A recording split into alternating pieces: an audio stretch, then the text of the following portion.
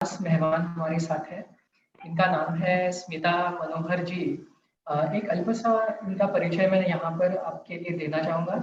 स्मिता जी व्यवसाय से प्रोफ़ेशनली 17 साल से आईटी क्षेत्र में ये एज़ अ वेब डेवलपर काम कर रहे हैं और इनके गुरुजी श्री नारायण बुआ काणे ये कीर्तनकार रह चुके थे और ये परम सद्गुरु श्री गजानन महाराज शिवपुरी अक्कलकोट महाराष्ट्र में इनके गुरु हैं। इनके शिष्य हैं। गए काफ़ी साल से स्मिता जी अग्निहोत्र की उपासना कर रहे हैं और कुछ महीने पहले ही इनके गुरु के आदेश से और उनके मार्गदर्शन से ये अग्निहोत्र का प्रचार और प्रसार कार्य कर रहे हैं। तो ये एक अल्प-सा परिचय था। स्मिता जी, हम जब हमारा सेशन शुरू करते हैं, तो गुरु वंदना और हम वेद सीख रहे हैं इसीलिए गायत्री मंत्र से हम इसकी शुरुआत करते हैं। तो हम क्या करेंगे? सर्वप्रथम गुरु का स्मरण करेंगे। गुरुर्ब्रह्मा गुरुर्विष्णु गुरुर्देवो महेश्वरः गुरु साक्षात् परब्रह्म तस्मै श्री गुरुवे नमः।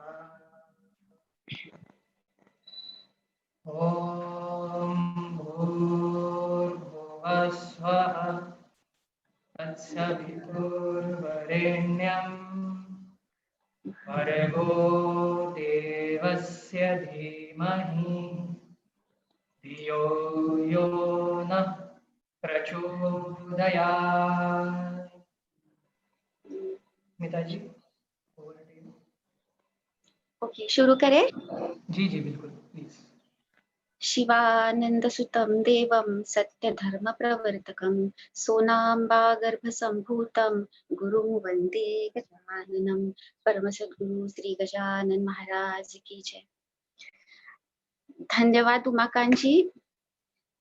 उमाकांत जी ने जो परिचय दिया उसमें मैं और एक बात ऐड करना चाहूंगी कि मैं भी एक विद्यार्थी हूँ और मुझे कोई भी अथॉरिटी क्लेम नहीं करना चाहती हूँ मैं इस सब्जेक्ट में, क्योंकि जो मैंने मेरे गुरुजी से सीखा है, उनसे जो प्राप्त हुआ है, जो डायरेक्ट नॉलेज उनसे मिला है, उनके साथ रह के जो समझा है, उनको ऑब्जर्व किया है, उसके बाद उनके ही आदेश से मैंने उनकी बहुत इच्छा थी कि अग्निहोत्र प्रचार प्रसार ज़्यादा लोगों तक पहुँचे और उन्होंने खुद ने उनका पूरा जीवन ही अग्निहोत्र प्रचार प्रसार कार्य में ही समर्पित था।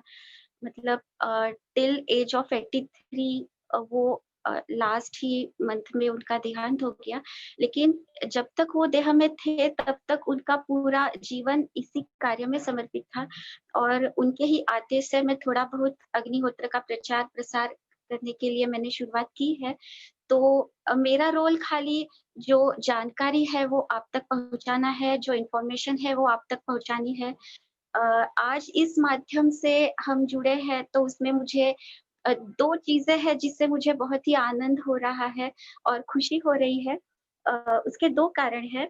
एक कारण तो ये है कि जब मुझे उमाकांत जी से पता चला कि आप सभी लोग वेद और उपनिषद के अभ्यासक हो, आपकी जो एक्टिविटी है वो वेद और उपनिषद से संबंधित है, तो इस प्लेटफ़ॉर्म पे आज मुझे अवसर मिला है ये जानकारी देने के लिए, उसका सबसे पहले बहुत बड़ा आनंद मुझे है।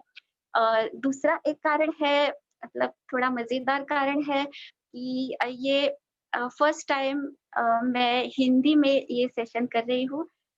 तो मुझे उमाकांत जी ने बताया था अपना सेशन हिंदी में रहेगा, तो ये मतलब आई वाज़ वेरी एक्साइटेड। अभी तक जितने सेशन हुए तो ऑडियंस वाज़ 100% मराठी, तो फिर मराठी में ही सेशन हुए। लेकिन I love Hindi.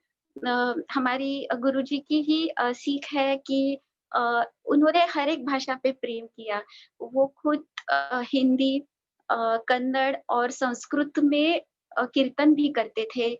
Of course वो बहुत ही उनकी फ्लुएंसी थी, मेरी उतनी फ्लुएंसी नहीं है, तो आप क्षमा कीजिए, जहाँ पे दिक्कत होगी तो I will take help of English words, लेकिन मैं प्रयास करूँगी। तो अभी हम शुरू करते हैं। अपना जो शीर्षक है आज के सेशन का, पर्यावरण संरक्षण के लिए प्रभावी अग्नि उपासना। हम लोग जभी भी उपासना के बारे में बात करते हैं, तो ज़्यादा करके उपासना ये किसी तो कर्म कांड से जुड़ी हुई होती है। ये जो अग्नि उपासना है, तो इसमें उन्होंने शास्त्रकारों ने, हमारे वेदों ने उसको पर्यावरण से जुड़ा है।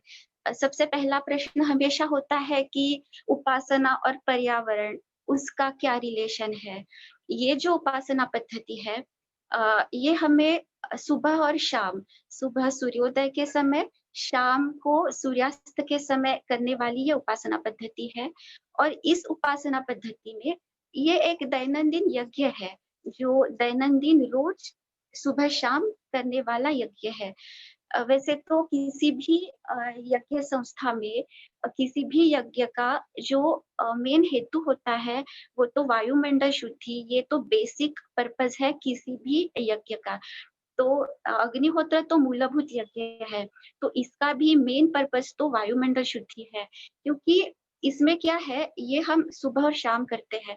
जो हमारा जो प्रकृति है, नेचर है, उसका जो बायो रिदम है, नेचर का भी एक बायो रिदम होता है, उस रिदम से अपने शरीर का जो बायोलॉजिकल साइकिल है, वो अलाइन है, तो उसका डायरेक्ट असर हमारी बायोलॉजिकल साइकिल पे होता है। तो वेद काल में ये जो उपासना पद्धति थी, ये जो दैनंदिन यज्ञ था, वो लोगों की जीवन शैली का ही एक भाग था, जीवन शैली का एक हिस्सा था। इसमें कुछ कर्म कांड या कुछ स्पेसिफिक उपासना पद्धति इस नज़रिया से नहीं देख के लोगों ने उसको जीवन शैली करके अपनाया। अगर हम वेदों में देखें तो पुराण काल में भगवान श्री कृष्ण अग्निहोत्र करते थे, प्रभु रामचंद्र जी अग्निहोत्र करते थे। अ, अग्निहोत्र में यूज़ करने वाली जो सामग्री हम इसमें यूज़ करते हैं, वो शुद्ध गौवंश के गोबर से जो ड्राई काउ डंग होता है, वो हम यूज़ करते हैं। शुद्ध गाय का देसी घी हम यूज़ करते हैं। तो अगर इसके सामग्री को हम देखें, तो भगवान श्री कृष्ण खुद उसकी रक्षा के लिए वो खुद गोपाल बने। उन्होंने गोधन का संरक्षण किया, गोधन का रक्षण किया, ताकि गोधन की समृद्धि हो हमारे देश में और लोगों को अग्निहोत्र करने के लिए सामग्री उपलब्ध हो। इतना बड़ा विचार उसमें था। लेकिन हुआ क्या कि ये जो यज्ञ संस्था थी, तो प्राचीन काल में, वेद काल में वो तो हिस्सा था एक लोगों के जीवन शैली का। बाद में उसमें जैसे-जैसे आगे काल बढ़ता गया, उसमें विकृति आई, उसमें कुछ ना कुछ बुराइयाँ आई। तो ये जो उपकारक जीवन शैली है, उपकारक यज्ञ संस्था है, वो लुप्त होती गई।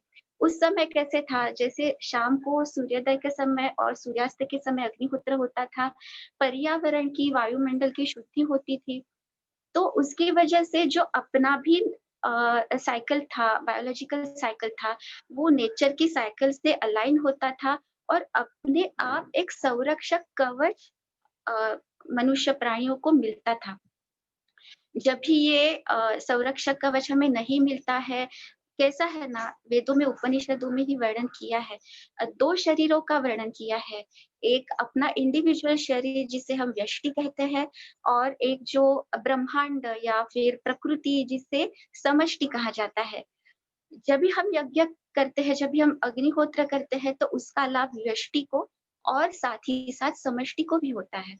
जब भी अपने आस-पास का पर्यावरण शुद्ध हो, तो ही उसका असर अपने शरीर पे होगा, शरीर, मन, बुद्धि पे होगा और अपना शरीर, मन, बुद्धि उसमें एक बैलेंस रहेगा। जब तक लोग ये अग्निहोत्र करते थे, उन्हें एक संरक्षण मिलता था। जब भी ये साइकिल बिगड़ गई, जब भी पर्यावरण पे उसका असर हो गया, दूषित पर्यावरण हो गया, अभी उसमें एक और बात है, दूषित पर्यावरण किसे कहा जाए? मेरे गुरुजी हमेशा कहते थे कि दूषित पर्यावरण का अर्थ सिर्फ दूषित हवा नहीं है, तो खाली प्रदूषण नहीं है, जो हवा का प्रदूषण है वो ही उसका सिर्फ एकमात्र अर्थ नहीं है।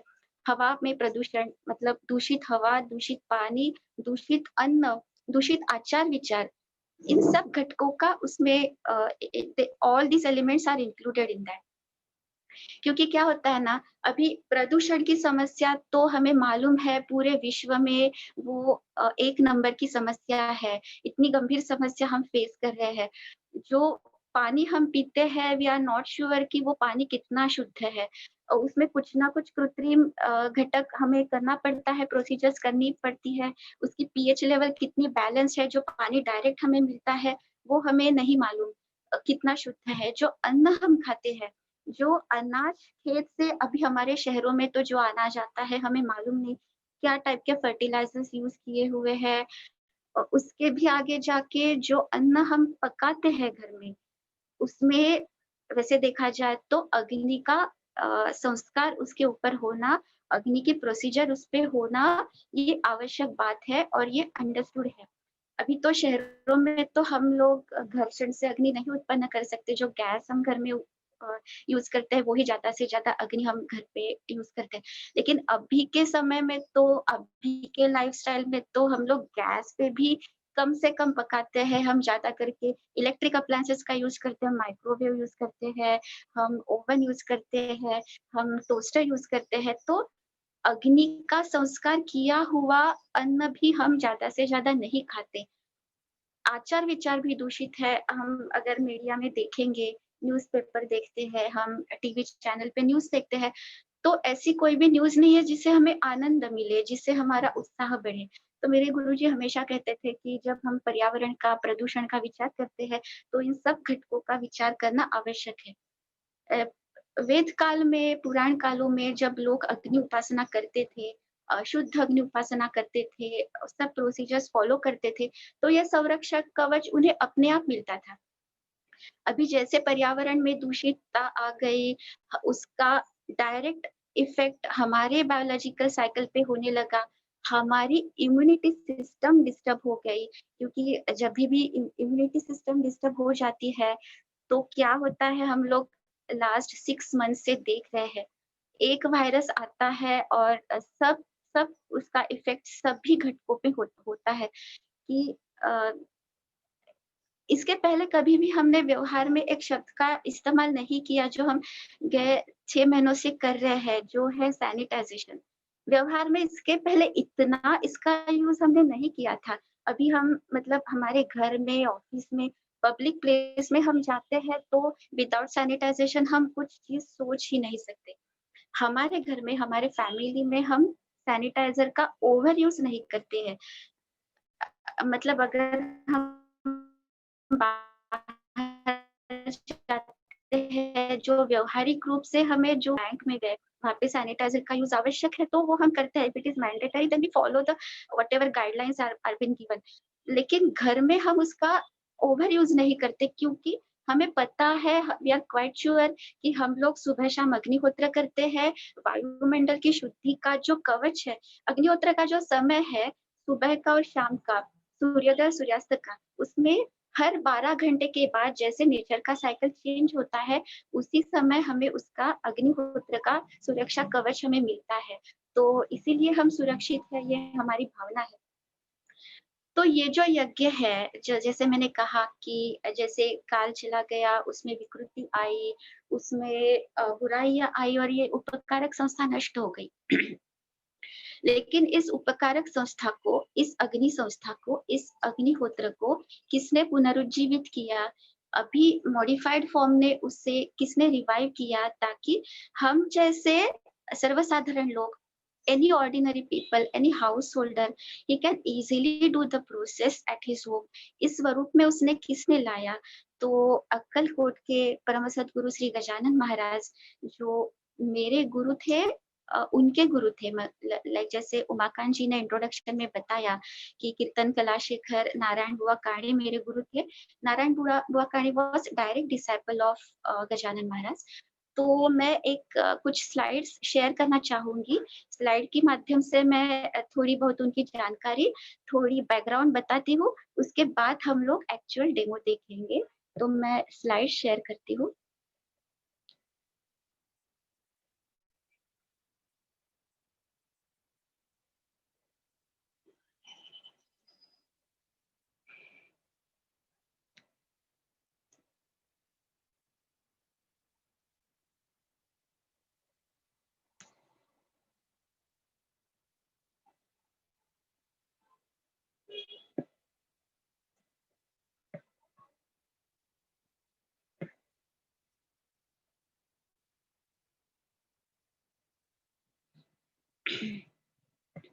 माफ कीजिएगा, मुझे ज़्यादा समय नहीं मिला, तो मैं इस पे कैप्शंस मराठी में ही है, लेकिन आई विल एक्सप्लेन यू।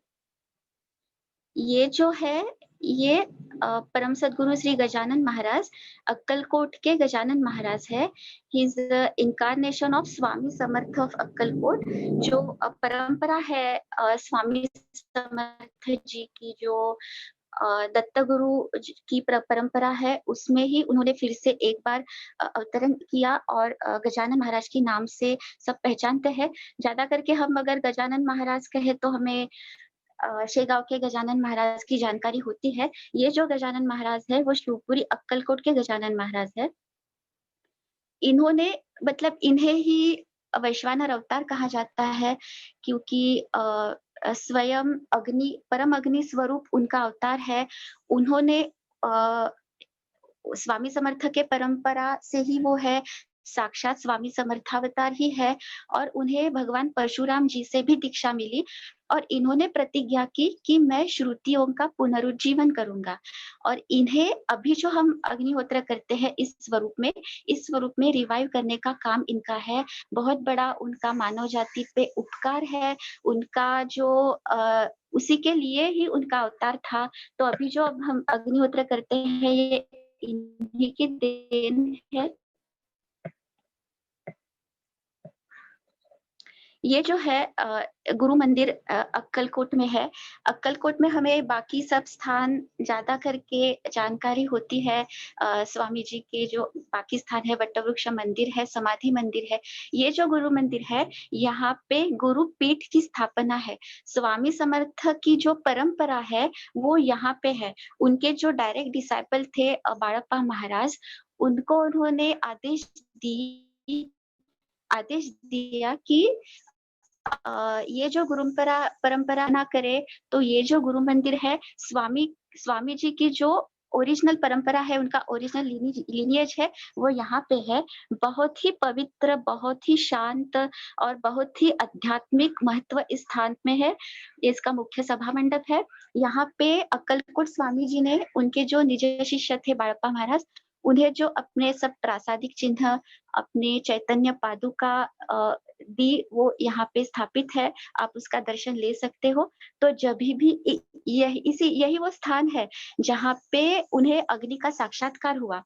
मतलब परम सद्गुरु श्री गजानन महाराज जी को अग्नि का साक्षात्कार हुआ, और यहाँ ही उन्हें दीक्षा मिली भगवान परशुराम जी से, और यहीं पे उन्होंने प्रतिज्ञा की कि मैं श्रुतियों का पुनरुज्जीवन करूँगा। इतना पवित्र ये स्थान है। आप जभी भी अक्कलकोट जाएँगे, आप यहाँ पे ज़रूर जाएँ और ज़रूर इसका दर्शन लें। ये जो है वो गजानन महाराज जी ने ही अक्कलकोट से 3 किलोमीटर अंतर पर एक शिवपुरी करके स्थान है, बहुत ही पवित्र स्थान है।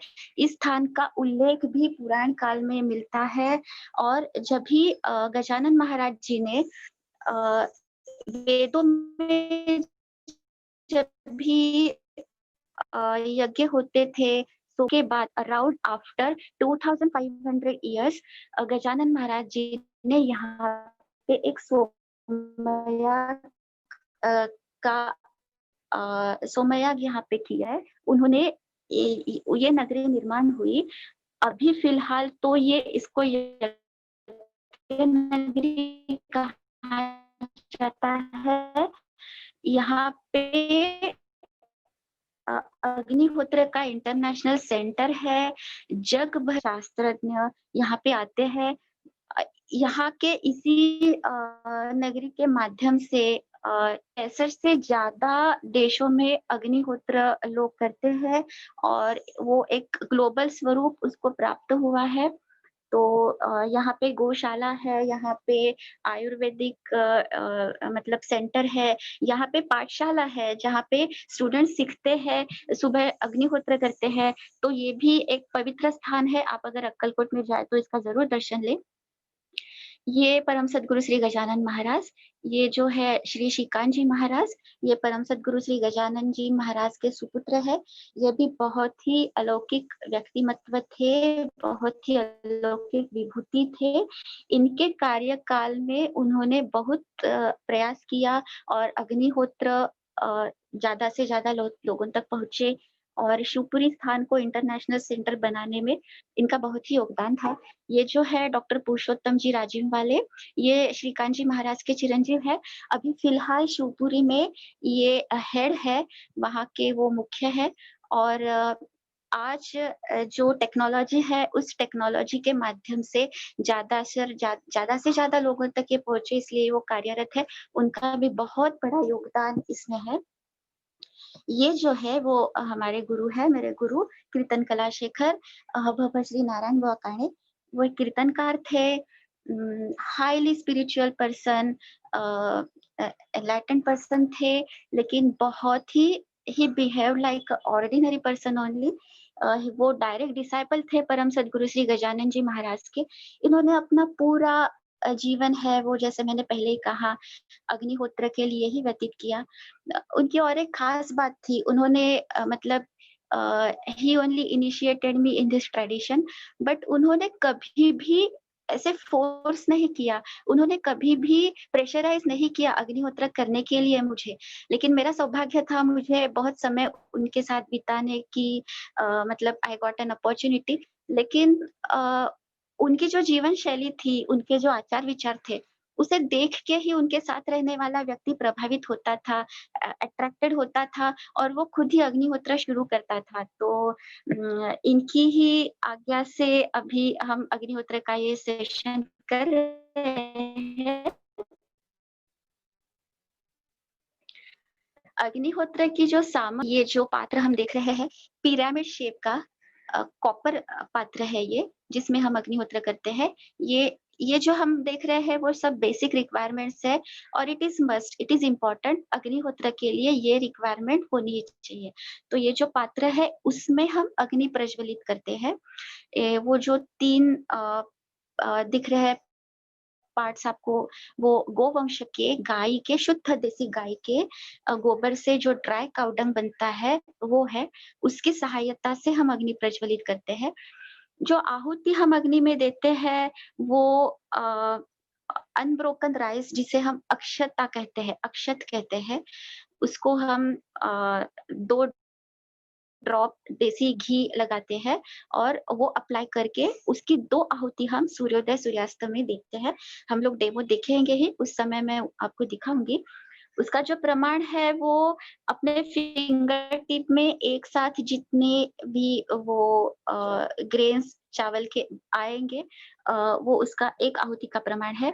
तो इसकी जो बेसिक रिक्वायरमेंट्स है वो शुद्ध गोवंश के dry cow dung, then 2-3 drops of pure desi ghee, अखंड अक्षत मतलब अनब्रोकन राइस, पिरामिड आकार का वो जो पात्र है, और बहुत ही उसमें इम्पोर्टेंट एक चीज है, वो है अग्निहोत्र का जो समय है। मैं अभी देती हूँ थोड़ी देर में। ये मैं स्लाइड में मैंने रखा है मंत्र, ताकि आप चाहे तो स्क्रीनशॉट ले सके। हम लोग जो आहुति देते हैं,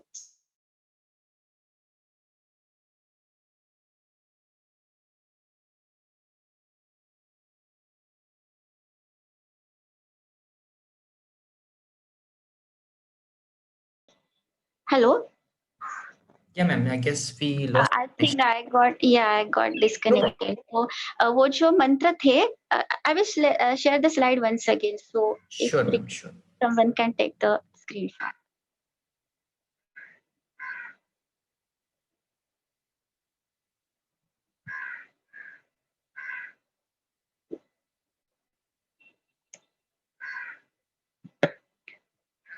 ये जो मंत्र हम रिसाइट करते हैं सुबह सूर्यास्त के समय और सूर्योदय के, शाम को सूर्यास्त के समय और सूर्योदय के समय।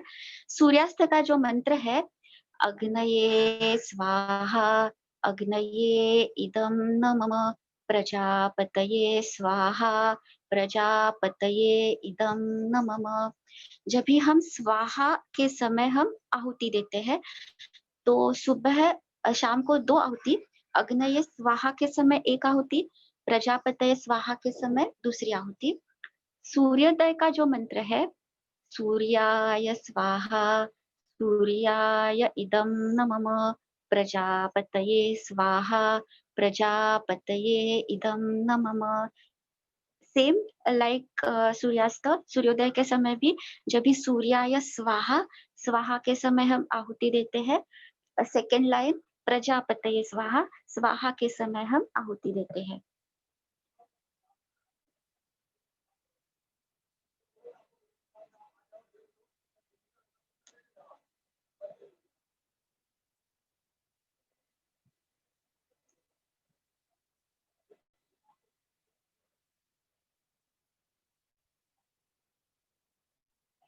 अरे डिस्कनेक्ट झालं।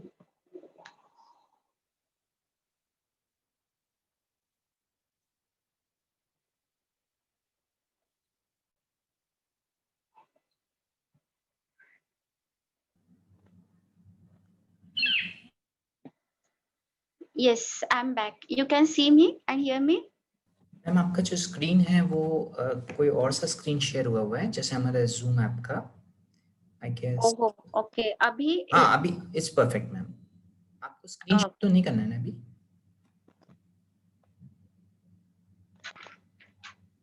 जो हमने अभी देखा स्लाइड में, थोड़ी उसकी जानकारी लेंगे कि जो सामग्री हम यूज करते हैं, पिरामिड शेप का कॉपर वाला जो पॉट हम यूज करते हैं, तो पिरामिड शेप में, पिरामिड ग्रीक वर्ड उसका मीनिंग है, PYR का मीनिंग फायर और अमीर का जो मीनिंग होता है वो सेंटर। तो पिरामिड एक ऊर्जा का केंद्र स्थान है। कॉपर तो we know it's a good conductor of energy, और पिरामिड में इलेक्ट्रोमैग्नेटिक फोर्सेस प्रेजेंट होते हैं। और ये जो पिरामिड पात्र है, उसके जो डायमेंशंस है वो स्पेसिफिक डायमेंशंस होने चाहिए। तो फिर आप कभी भी अगर परचेस करें तो make sure you get it from authentic place. मैं बाद में आपको शेयर करूंगी, अग्निहोत्र ग्लोबल .com वेबसाइट है, आप वहां से परचेस करें या किसी भी जगह से परचेस करें, लेकिन ये मेक इट श्योर दैट उसके डायमेंशंस और वो सब proper, it must be a proper copper pot. जो काउ डंग हम यूज करते हैं, तो काउ डंग में एंटी बैक्टीरियल उसकी प्रॉपर्टीज है। जो शुद्ध गाय का जो घी हम यूज करते हैं, उसमें भी मतलब मेरे गुरु हमेशा कहा करते थे कि अगर 2-3 मिर्च के टुकड़े भी हम हवन में डालें तो उसकी जो हानि है, वो जो नुकसान है, उससे जो स्मोक आता है, उसका नुकसान आसपास के 10 लोगों को है। लेकिन हम अगर 2 ड्रॉप भी देसी घी का अग्नि में हवन करते हैं, तो उसका जो इफेक्ट है वो आसपास के 100 लोगों को है। तो क्या चीज हम अग्नि में हवन करते हैं, उसके ऊपर उसका क्या इफेक्ट है वो निर्भर होता है। दूसरी चीज जो हमने देखी कि होल राइस ग्रेन, तो इतना बड़ा विचार है उसमें कि अब हम जब हवन करेंगे, डायरेक्ट हम घी नहीं डालते हैं, वो वो हम होल राइस ग्रेन को अप्लाई करके हम आहुति देते हैं। जो होल राइस ग्रेन है वो सभी जगह अवेलेबल होता है, कहीं पे भी, क्योंकि अभी अग्निहोत्र प्रोसेस तो ग्लोबल प्रोसेस है, वो कोई भी कर सकता है, उसे कोई भी लिमिटेशन नहीं है, irrespective of caste, religion, age, gender, कोई भी उसमें लिमिटेशन नहीं है, कोई भी कर सकता है। तो सामग्री जो है वो it should be easily available to anyone. तो जो होल राइस ग्रेन है वो कहीं भी अवेलेबल होता है, खाली वो अखंड अक्षत होने चाहिए, वो it should not be broken rice. दूसरी बात जो बहुत ही ये सभी चीज महत्वपूर्ण ही है, लेकिन जो समय है जब हम आहुति देते हैं, वो अपना स्थानिक सूर्योदय और सूर्यास्त ही होना चाहिए। और स्थानिक इसलिए कि जो सूर्योदय सूर्यास्त का समय लोकल न्यूज़पेपर में या फिर कैलेंडर में हमें मिलता है, वो एक जेनरिक होता है जो पूरे देश में कॉमन होता है। सूर्योदय और सूर्यास्त का समय ही क्यों? ये तो हमने सीखा है बचपन में बायोलॉजी में कि जो कुछ सब प्लांट्स होते हैं वो दिन में दे प्रोड्यूस ऑक्सीजन और वो कार्बन डाइऑक्साइड लेते हैं, और ये जो क्रम है वो एग्जैक्टली अपोजिट होता है at the time of sunset. शाम को वो सेम प्लांट्स, ज्यादा करके ऑलमोस्ट सब प्लांट्स शाम को वो ऑक्सीजन लेते हैं और कार्बन डाइऑक्साइड छोड़ते हैं। तो हमेशा कहा जाता है, हमारे पूर्वज कहा करते थे कि शाम के समय पेड़ों को हम टच नहीं करना चाहिए, शाम के समय, रात के समय हम पेड़ों के नीचे नहीं सोते हैं। तो उसके all these reasons are there behind that. तो ये जो सूर्योदय सूर्यास्त का काल है, ये जो ट्रांज़िशन पीरियड है, ये जो स्विच ओवर होता है समय के चक्र में, जिसे हम संध्या काल कहते हैं। ये जो संध्या काल का समय है, इट हैज़ डायरेक्ट इफ़ेक्ट इन अवर मतलब हमारे शरीर, बुद्धि और मन पे इसका डायरेक्ट इफ़ेक्ट होता है, इस स्विच ओवर संध्या काल का। संध्या काल का बहुत ही महत्व वेदों, उपनिषदों में भी दिया हुआ है। संध्या काल को योग काल भी कहते हैं। बहुत योगी तपस्वी, जो भी कुछ स्पिरिचुअल सीकर्स है, वो अपनी साधना संध्या काल में ज़्यादातर, ये जो काल है ना संध्या काल, हम जितना भी पॉज़िटिव कर्म इसमें करें, उसका उतना ही ज़्यादा बेनिफिट मिलता है, और अगर कुछ वाइट कर्म करें तो उसका उतना ही ज़्यादा बुरा इफ़ेक्ट हमें मिलता है। तो हम हमेशा संध्या काल के समय घरों में दिए लगाते हैं, पवित्र वातावरण रखने की कोशिश करते हैं, क्योंकि इस वातावरण का ये जो नेचर में, प्रकृति में जो चेंज स्विच ओवर हो रहा है, उसका डायरेक्ट इफ़ेक्ट हम पे है। और स्थानिक सूर्योदय सूर्यास्त ही क्यों, हम लोग जितना पिन पॉइंट, उसका जो कोर है ना, वो इसी में है कि पिन पॉइंट सूर्योदय सूर्यास्त के टाइम में ही हम आहुति दें। और वेदों में सूर्योदय और सूर्यास्त के टाइम के अलग-अलग डेफिनेशंस बताए हैं।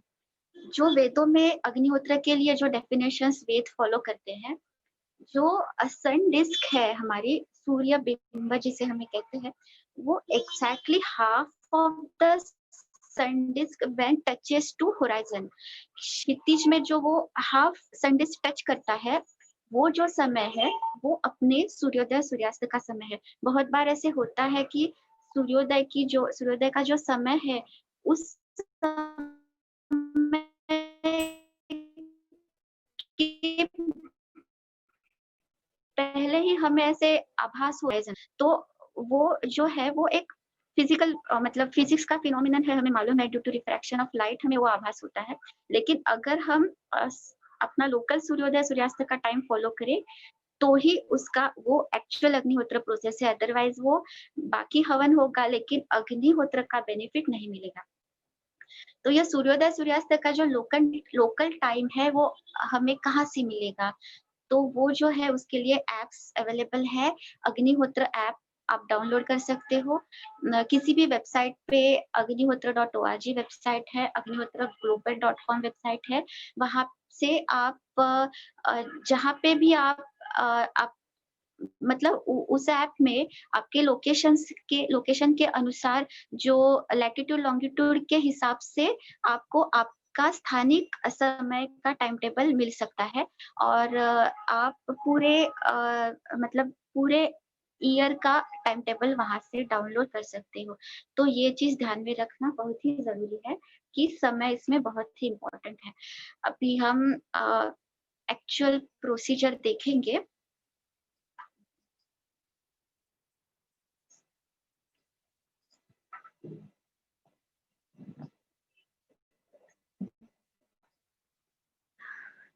ये जो है, ये वो अग्निहोत्र पात्र है, copper pot of pyramid shape and size. ये ड्राई काउ डंग है, शुद्ध देसी गाय के गोबर से बना हुआ ड्राई काउ डंग है।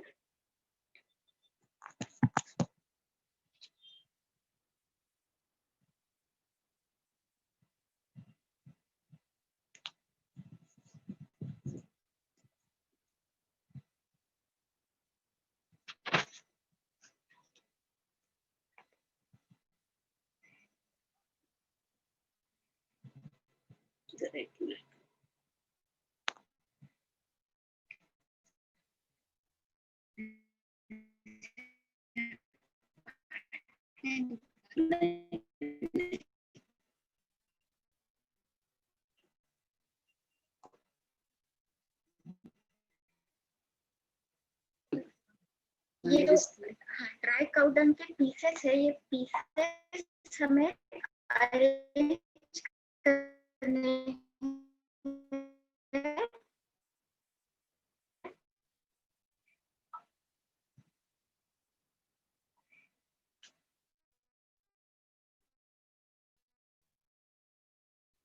ताकि उसमें एयर गैप रहे।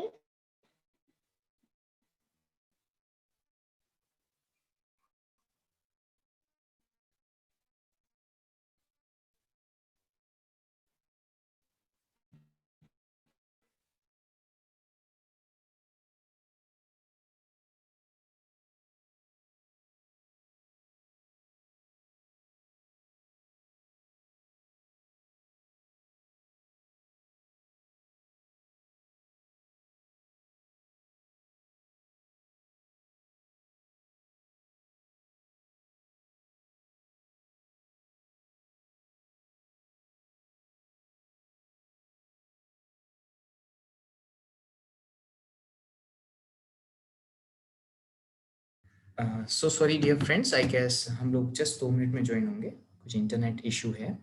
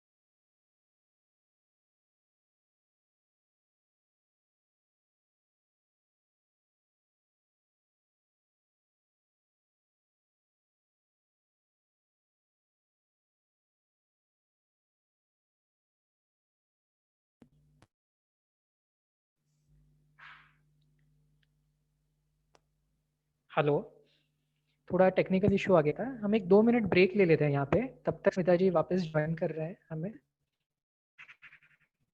2 मिनट ब्रेक लेके हम लोग वापस शुरू कर देंगे।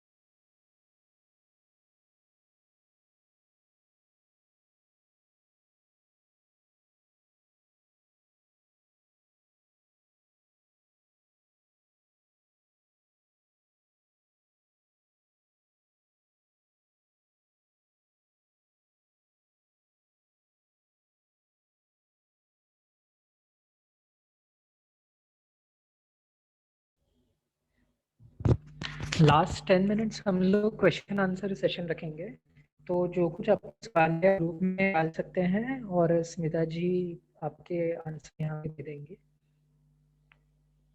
लास्ट 10 मिनट्स में हम लोग क्वेश्चन आंसर रखेंगे।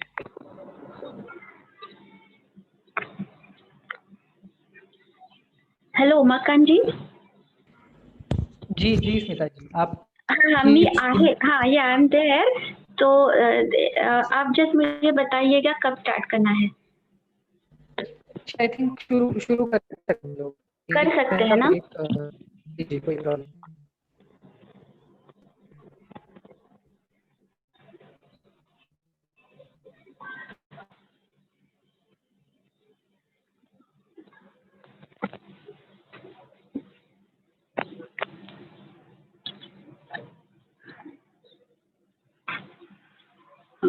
क्लिक न करो।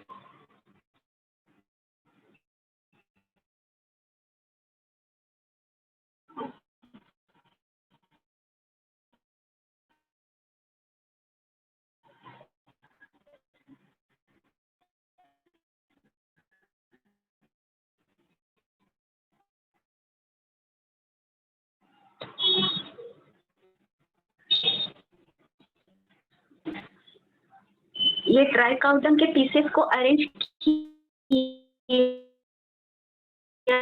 है और हम अपनी प्रेजेंटेशन वाली करने के लिए कोई भी पेट्रोल केरोसिन चीज यूज नहीं करते हैं, हम पाउर का यूज करते हैं।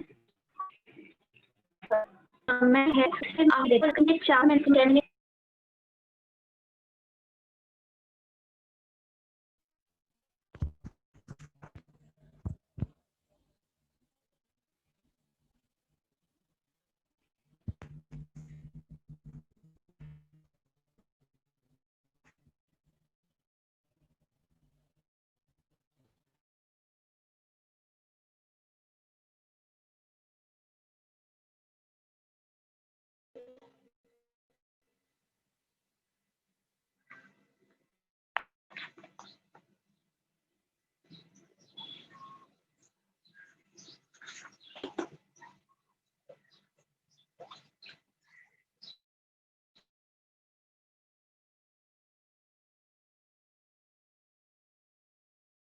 उसकी एक आहुति ऐसे उसका जो रेशो है वो 2 आहुति एट अ टाइम।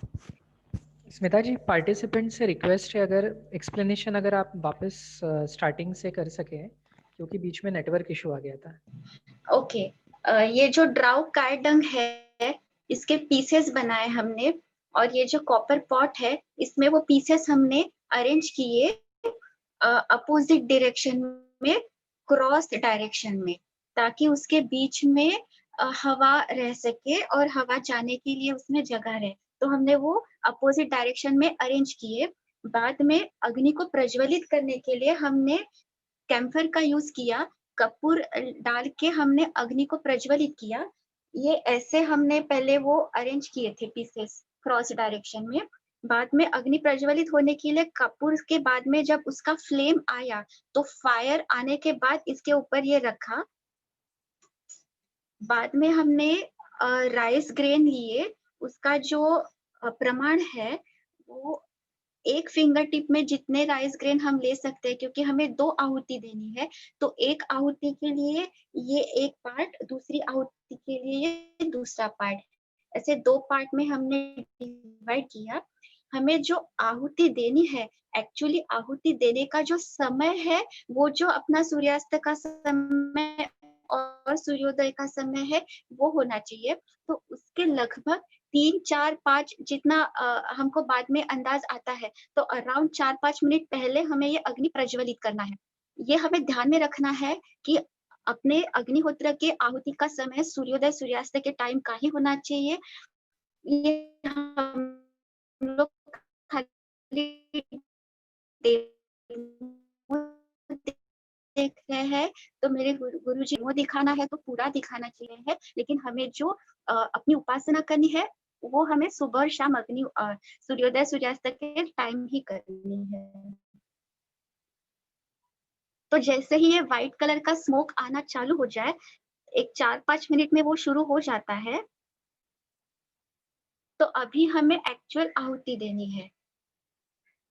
सपोज अगर शाम को 6:35 पे हमारा सूर्यास्त का समय है, तो अपने एक्चुअली आहुति डालने का समय, पहली आहुति का समय 6:35 होना चाहिए। अब हम आहुति दे रहे हैं, जो शाम का मंत्र है सूर्यास्त का, वो रिसाइट करके हम आहुति देंगे। वो मंत्र है अग्नये स्वाहा, अग्नये इदं नमः, प्रजापतये स्वाहा, प्रजापतये इदं नमः। जब हम स्वाहा कहेंगे, तब हम आहुति देंगे।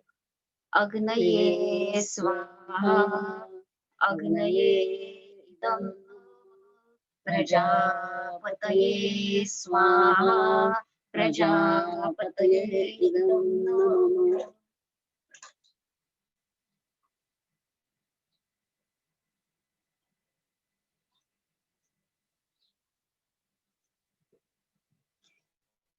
यज्ञदान तपः कर्म स्वाध्याय निरतो भवेत्, एष एव हि श्रुत्युक्तः सत्यधर्मः सनातनः, एष आदेशः, एष उपदेशः, एतत् अनुशासनम्, एवम् अनुशासितव्यम्, एवम् उपासितव्यम्। यज्ञधर्मं चरामि, दानधर्मं चरामि, तपोधर्मं चरामि, कर्मधर्मं चरामि, स्वाध्यायधर्मं चरामि, पुनरपि यज्ञधर्मं चरामि, पुनरपि दानधर्मं चरामि, पुनरपि तपोधर्मं चरामि, पुनरपि कर्मधर्मं चरामि, पुनरपि स्वाध्यायधर्मं चरामि, पुनः पुनरपि यज्ञधर्मं चरामि, पुनः पुनरपि दानधर्मं चरामि, पुनः पुनरपि तपोधर्मं चरामि, पुनः पुनरपि कर्मधर्मं चरामि, पुनः पुनरपि स्वाध्यायधर्मं चरामि। सत्यं शरणं गच्छामि, सत्यधर्मं शरणं गच्छामि, सत्यधर्मसंघं शरणं गच्छामि, सत्यं शरणं गच्छामि, सत्यधर्मं शरणं गच्छामि, सत्यधर्मसंघं शरणं गच्छामि, सत्यं शरणं गच्छामि, सत्यधर्मं शरणं गच्छामि, सत्यधर्मसंघं शरणं गच्छामि। ओम शांति शांति शांति।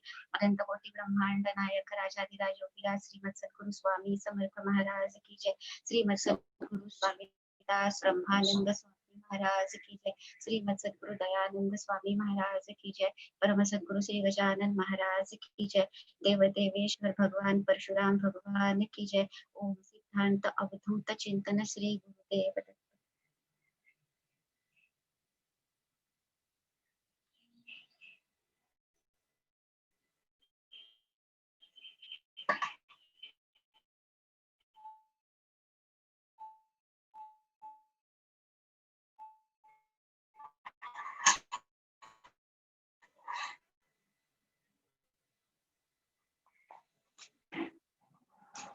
तो आप खाली वर्चुअली पार्टिसिपेट कर सकते हैं, आप वातावरण का अनुभव नहीं ले सकते, लेकिन आप इस वातावरण का अनुभव जरूर ले। आहुति देने के बाद आधे घंटे उस वातावरण में रहे। अब बाकी कोई भी आपकी स्पिरिचुअल साधना हो, हमेशा की जो प्रैक्टिस हो, वो आप कर सकते हो, जप कर सकते हो, मेडिटेशन कर सकते हो, लेकिन उस वातावरण में जितना ज्यादा आप समय बिताएंगे, इसका जो कोर प्रिंसिपल है, वो खाली जो आहुति देते हैं वो ही है। बाकी मतलब आहुति देने का समय लगभग 1 मिनट से भी कम समय है। उसका जो प्रिपरेशन है, सब मिलके खाली 10 मिनट हमको लगभग देना होता है सुबह और शाम को। अगर आपको दूसरा कोई भी काम हो तो आहुति दे के आप आपके काम के लिए जा सकते हो, आपके बाकी काम आप स्टार्ट कर सकते हो। अगर आपको समय है तो आप ज़्यादा से ज़्यादा उस वातावरण में रहें और उसका लाभ लें। थोड़ा हम अभी अग्निहोत्र के बाकी जो उसके बेनिफिट्स है, उसके बारे में थोड़ी बात करेंगे। एक तो सभी उसका जो बेसिक बेनिफिट है, जैसे मैंने पहले ही कहा कि किसी भी यज्ञ का बेनिफिट जो है वो उसका जो मतलब पर्पज़ है वो वायुमंडल शुद्धि है। तो प्रदूषण को क्लीन करने के लिए, एनवायरनमेंट क्लीन करने के लिए हम कह सकते हैं कि ये एक स्पिरिचुअल साधना है, लेकिन जिसका जो बेस है वो तो पूरा साइंटिफिक बेस है और उसका जो पर्पज़ है वो पर्यावरण शुद्धि है। मेरे गुरुजी हमेशा कहते थे कि ये जो अग्निहोत्र का लाभ है, वो खाली हमारा परिवार, ये जो उपासना है, जो व्यक्ति आहुति दे रहा है, उसमें खाली उस व्यक्ति को इंडिविजुअली लाभ नहीं है। जो लोग उस समय मौजूद है, उन सबको उसका सेम इफ़ेक्ट मिलता है। ऐसे नहीं कि घर में हर एक ने आहुति देनी चाहिए। आप करेंगे तो अच्छा ही है, लेकिन घर का कोई भी एक सदस्य आहुति दे और बाकी सब लोग उसमें पार्टिसिपेट करें, तो आपको सेम बेनिफिट है। इसका बेनिफिट आप खुद को, आपके फैमिली में सबको, अपने परिवार को, अपने आस-पास के परिसर को, अगर हर घर में, हर परिवार में, हर स्कूल में, हर कॉलेज में, हर घर में अगर अग्निहोत्र होता गया, तो उसका लाभ अपने साथ अपना परिवार, अपना पूरा गाँव, जिला, देश, शहर, देश और पूरे विश्व में शांति और पूरे विश्व में उसका लाभ होगा। ये मेरे गुरुजी हमेशा कहा करते थे।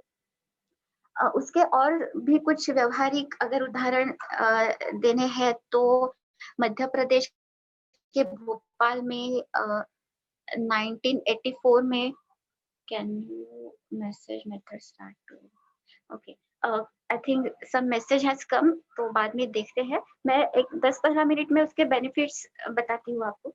एक व्यावहारिक बेनिफिट देखा जाए तो भोपाल में मध्य प्रदेश में जो गैस दुर्घटना हुई थी, उस दुर्घटना में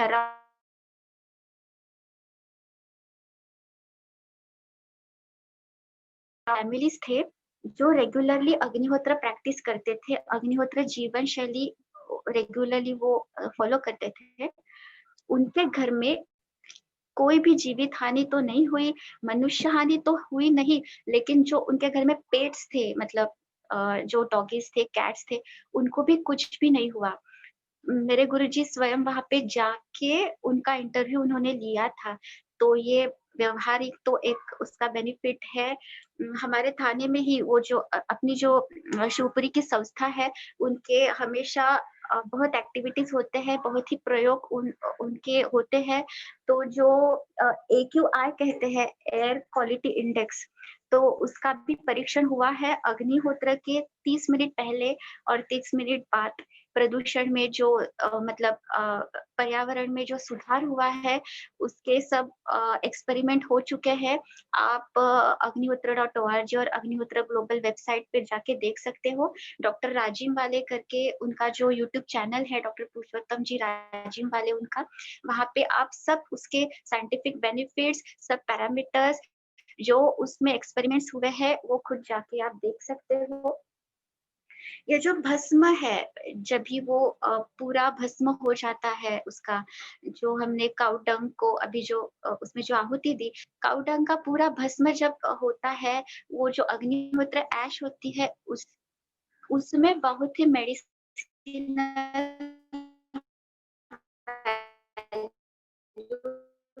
है, उसको फर्टिलाइज़र करके यूज़ कर रहे हैं, बहुत एक बड़ा विषय है, या उसमें संशोधन हुआ है, लोग उसका यूज़ कर रहे हैं। तो अग्निहोत्र फार्मिंग भी, उसमें भी अग्निहोत्र ये ऐश का इस्तेमाल होता है। अग्निहोत्र ऐश आप पानी में डाल के पानी की पीएच लेवल को बढ़ाता है। पीएच लेवल को पानी में डाल के अगर कुछ घंटे, 2 घंटे तक अगर आप रखोगे, तो बाकी के पार्ट वो जो पार्टिकल्स है वो नीचे सेटल हो जाते हैं और ऊपर का जो पानी है वो बहुत ही शुद्ध पानी है। हम कभी कभी भी बाहर जाते हैं ट्रैवलिंग में, तो अगर कभी हमें मिनरल वाटर नहीं मिला, कभी शुद्ध पानी नहीं मिला, तो हम हमेशा वो ऐश अपने पास रखते हैं और उसको पानी में डाल के हम वो ही पानी पीते हैं, तो उसके भी बहुत बेनिफिट्स है। प्रूवन है। अ, मैंने जैसे पहले ही कहा कि ये अग्निहोत्र का समय जो है उसका इफ़ेक्ट डायरेक्टली अपने बायोलॉजिकल साइकिल पे है, बच्चों पे उसका इफ़ेक्ट है, उनका कंसंट्रेशन बढ़ाने में, उनके आचार-विचार में मैच्योरिटी लाने में। शिवपुरी की जो संस्था है, उनके स्कूल में सुबह सब बच्चे स्कूल में, उनके स्कूल का टाइम ही वैसे होता है, सुबह सब स्कूल में बच्चे अग्निहोत्र करते हैं। सुबह अगर सूर्योदय के समय सूर्याय स्वाहा सब बच्चे मिलके करते हैं और उसमें उन्होंने उसका अनुभव लिया है। जब बच्चे 10th पास होके बाहर आते हैं, तो वो बच्चे और शहरों में जो बच्चे हैं, उनमें काफ़ी फ़र्क होता है। उनके मतलब पूरे उनके बायोलॉजिकल साइकिल, उनका उनका पूरा जो उनका कंसंट्रेशन है, उनकी जो पढ़ाई है, उनके आचार-विचार है, उसमें बहुत ही सुधार दिखता है। मेरे गुरुजी हमेशा कहते थे कि अगर हम किस नज़रिया से उसको देखते हैं, आप अगर तत्वचिंतक हो, आप फिलॉसफी का अभ्यास करते हो, आप उसके नज़र से वेदों का अभ्यास करें और अग्निहोत्र को देखें, तो आपको उसमें बहुत ज़्यादा प्रोफाउंड मीनिंग उसमें मिलेगा। आप अगर उसको साइंटिफिक नज़र से देखते हो, कोई साइंटिफिक स्टडी करना चाहता है, तो उसके बहुत सारे साइंटिफिक मीनिंग आपको अपने को मिलेंगे। अगर हमें बच्चों को समझाना है, अगर हमें बच्चों को ये चीज़ बतानी है, बच्चों को तो हम कभी उसके वेदों में क्या लिखा है, उपनिषदों में क्या दिया है, उसमें साइंटिफिक क्या आधार है, ये तो बच्चों को नहीं समझा सकते। लेकिन मेरे गुरुजी हमेशा कहते थे, जब भी वो हम लोग जब ट्रैवल करते थे, तो कभी ऐसे होता था कि पॉसिबल नहीं होता था उस समय अग्निहोत्र करना, तो उनकी हमेशा एक आदत रहती थी कि अगर हम फिज़िकली परफ़ॉर्म नहीं कर पाए, तो उपनिषदों में तो मानस पूजा का महत्व दिया है। हम मन से कर सकते हैं, वो जहाँ भी सूर्य रहते थे, वो देखते थे उस दिशा की तरफ, वो मन में प्रार्थना करते थे, मंत्र मन में रिसाइट करते थे, तो और उनकी भावना इतनी उच्चतम रहती थी, वो हमेशा कहते थे सुबह सूर्योदय के समय जब भी हम बाहर होते थे, तो वो आने वाले हैं, उनका आगमन हो रहा है। जैसे सूर्यदेव का आगमन हो रहा है, तो उनको वेलकम करने के लिए हम ये कर रहे हैं। तो हमें अगर बच्चों को समझाना है, तो हमें दिन भर जो ऊर्जा मिलती है, जो एनर्जी मिलती है, जिससे हम अपने सब दिन भर के काम कर पाते हैं, स्टडी कर पाते हैं, तो क्यों ना हम बच्चों को इस पॉइंट ऑफ व्यू से समझाएँ कि सुबह सूर्यदेव का आगमन होता है। उपनिषदों में ने तो नेचर के, प्रकृति के सभी एलिमेंट्स को देवता स्वरूप माना है, तो क्यों ना हम बच्चों को समझाएँ कि सूर्यदेव का आगमन होता है, तब हम उनको वेलकम करने के लिए आहुति दें। दिन भर हमें जो ऊर्जा मिलती है, एनर्जी मिलती है, वो अग्नि स्वरूप है, तो क्यों ना शाम को हम अग्नि को आहुति दे के हम उनका शुक्रिया अदा करें। हमारे जो सूर्योदय के सुबह के मंत्र है, वो सूर्याय स्वाहा, सूर्याय इदं नमः है। जो शाम के मंत्र है, वो अग्नये स्वाहा, अग्नये इदं नमः है। तो जैसे ही बच्चों को मतलब ये हमारा अनुभव है, जब भी बच्चे उस वातावरण में रहते हैं, बच्चों को वो आदत हो जाती है, तो कभी भी एक दिन भी फिर वो विदाउट अग्निहोत्र नहीं रह पाते। तो अ, जैसे मैंने आपको बताया कि जो बाकी सब रेफरेंसेस मैंने दिए, ये एक बुक है Agnihotra for equilibrium of nature and enhancement of human life, Manohar Madhavji Poddar. ये बुक आपको अग्निहोत्र ग्लोबल वेबसाइट से मिल सकती है। इसमें उन्होंने बहुत कुछ एग्जाम्पल रेफरेंसेस दिए हैं कि ड्रग एडिक्शन में, अल्कोहल एडिक्शन में कैसे अग्निहोत्र का यूज हुआ है। डॉक्टर्स, पेशेंट्स के नाम से उन्होंने रेफरेंसेस दिए हैं। न्यूरोफिजिकल, बायोलॉजिकल पैरामीटर्स क्या होते हैं, उसका क्या-क्या इफ़ेक्ट होता है, वो सब उन्होंने इसमें दिए हैं। आप वेबसाइट का भी यूज़ कर सकते हो। हमारे पास शायद 15 मिनट है। एक एफएक्यू हम देखेंगे जो मुझे लगता है शायद वो उस एफएक्यू से बहुत सारे प्रश्न के उत्तर आपको शायद मिल जाएंगे। एक है कि अग्निहोत्र मतलब जिस प्लेस पे, जिस जगह पे हम अग्निहोत्र करते हैं, तो हमेशा उसी जगह पे करना मैंडेटरी है या नहीं, ये एक हमेशा प्रश्न होता है। अगर आप ये फॉलो कर सकते हो कि आपकी एक जगह फिक्स है जहाँ पे आप उसी जगह पे हमेशा अग्निहोत्र करते हो, तो बहुत ही अच्छा है, क्योंकि उस जगह पे एक एनर्जी क्रिएट होती है। लेकिन किसी भी कारण की वजह से आपके हमेशा जहाँ पे आप प्रैक्टिस करते हो उस रूम में कुछ प्रॉब्लम है, नहीं पॉसिबल है, तो उसकी वजह से आप अग्निहोत्र ना करें, ऐसा नहीं होना चाहिए। It should B persistently followed, तो उसमें कुछ भी ब्रेक ना हो, इसलिए उसमें ऐसे कुछ उसमें मैंडेटरी नहीं है कि आप एक ही।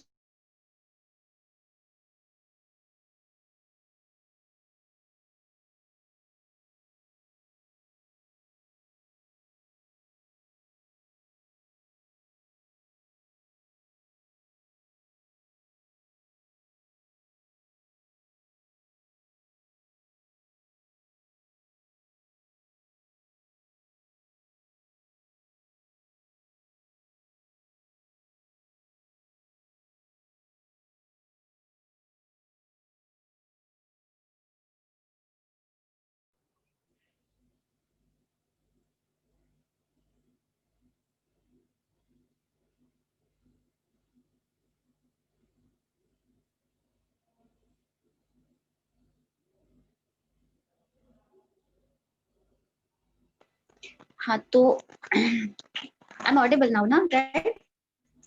You can hear me now?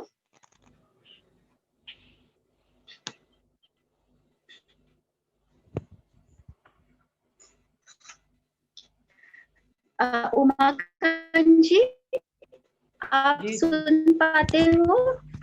अभी थोड़ा वॉइस में ब्रेक है। हेलो, आई थिंक कुछ I can think you here network. Me now? जी जी अभी सुनाई दे सकता। आवाज सुनाई दे रही है ना? दे रही है दे रही है।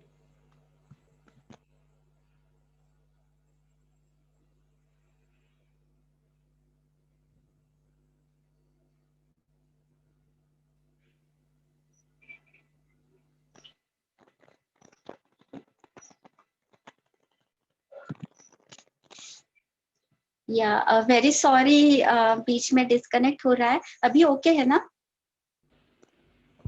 Yes yes. ओके, स्मिता जी आप तो कंटिन्यू कीजिए मेन अभी अभी। हाँ, या थैंक यू।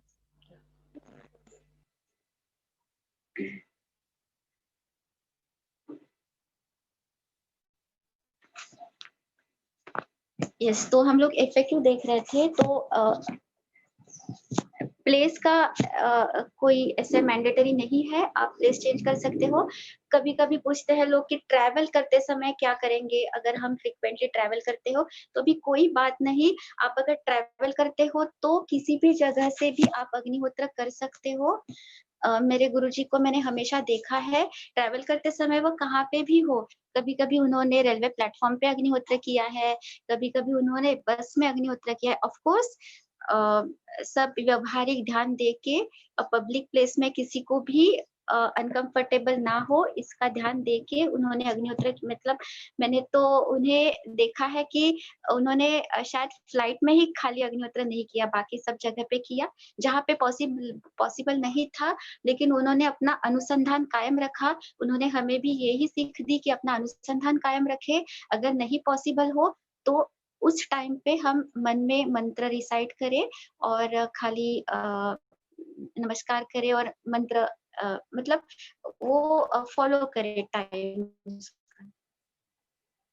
दूसरी एक बात है जो हमेशा एक बार पूछा गया था कि जो सूतक होता है, मतलब कोई भी व्यक्ति घर का गुजर जाए तो 10 दिन तक हम सूतक फॉलो करते हैं, हम बाकी कुछ रिचुअल्स नहीं करते हैं, तो उस समय अग्निहोत्र करना है या नहीं करना है? तो मेरे गुरुजी ने बताया था कि यज्ञ का प्रमुख हेतु ही वायुमंडल शुद्धि है, पर्यावरण का, परिसर का शुद्धि है, तो अगर सूतक भी हो तो भी अग्निहोत्र अलाउड है।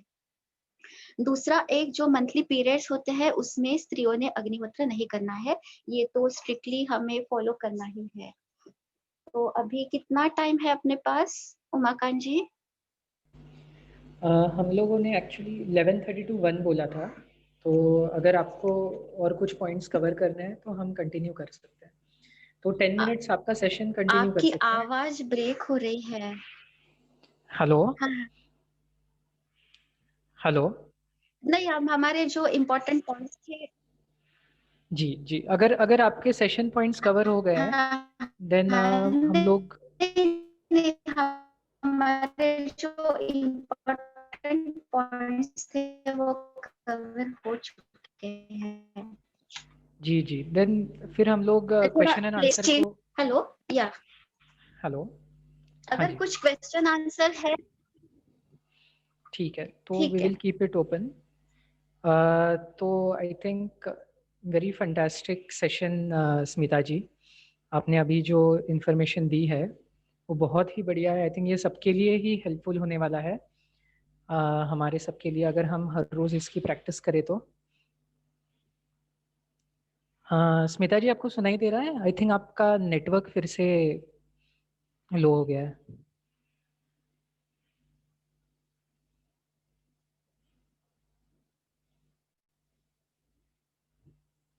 I think we have lost Smita ji again.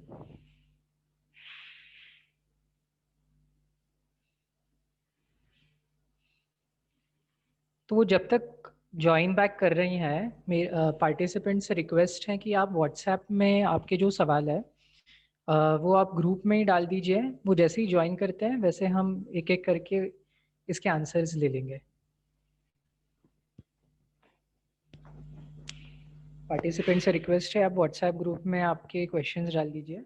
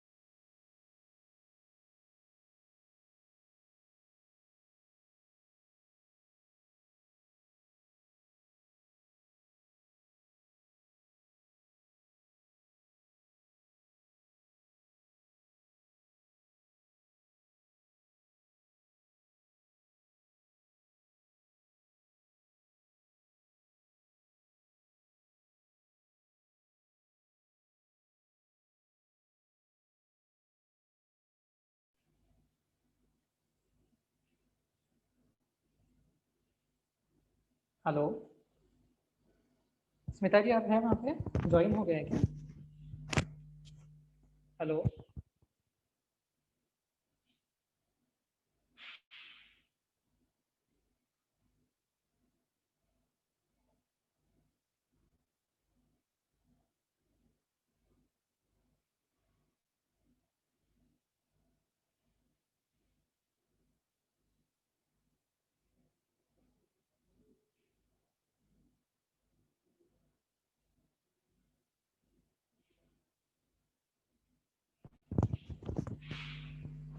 Hello Smita ji. Mukanji, we have lost the connection, I guess. या Nakul, I think we have lost her.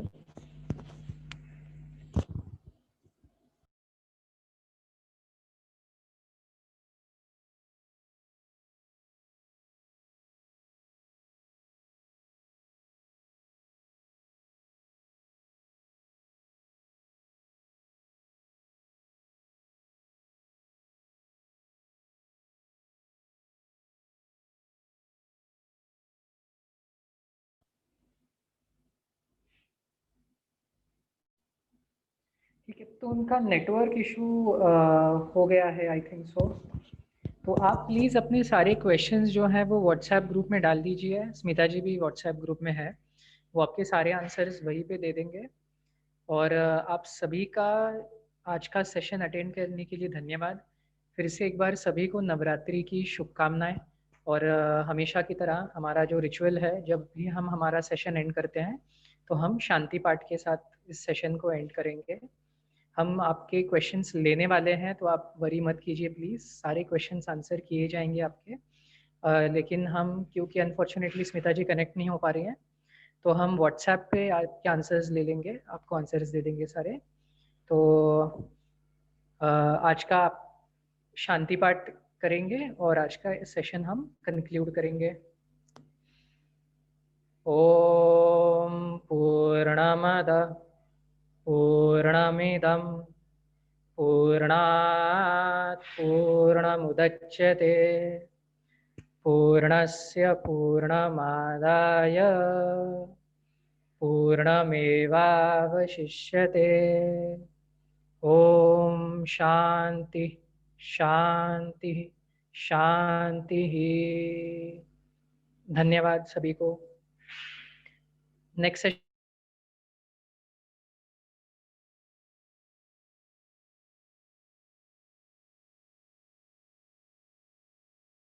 Next Sunday को लेने वाले हैं। Thank you.